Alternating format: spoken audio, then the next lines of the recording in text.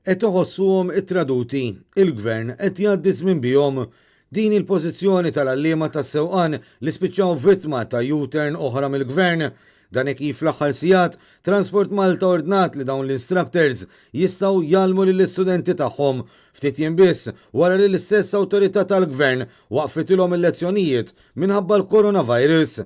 Fil-jiem ta' qabel, Transport Malta kienet iddeċidiet ukoll li twaqqaf it-testijiet prattiċi u orali. Dan flimkien mal-prekawzjonijiet meħtieġa kontra l-imxija tal-COVID-19 qed tagħmilha impossibbli għad driving instructors biex ikomplu bix-xogħol tagħhom. Żewġ għalliema li tkellmu ma' Net News spjegaw dawn id-diffikultajiet wara l-U-turn ta' Transport Malta. Iżda tennew magħna x-xewqa li jibqgħu anonimi għax qed jibżgħu li jistgħu jkunu vittma ta' xi vendikazzjoni. Jiena min-naħa tiegħi ma nafx kif jista' bniedem jagħmillu U-turn bħal din filli qed jgħidlek li inti m'intix safe u filli qed jgħidlek mura x-xogħol għax dawn ma tgħidx il-każijiet naqsu daw żdiedu minn 3 days wara.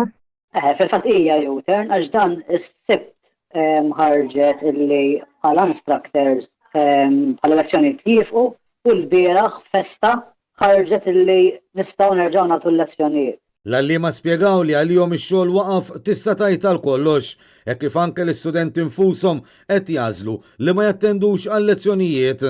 Batt l-istudenti kollha tiegħi x'jaħsbu biex jiena nerġa' nagħmel il-lessons.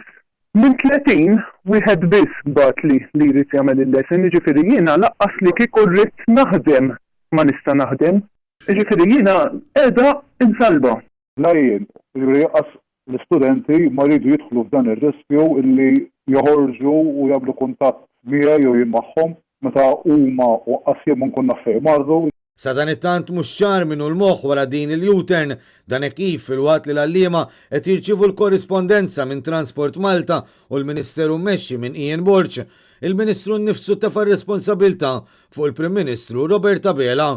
Fil-fatt mistoqsi dwar il-U-turn direttament minn waħda mill-għalliema, il-Ministru Borch weġiba li din mhix deċiżjoni tal-Ministeru iżda ta' Gvern.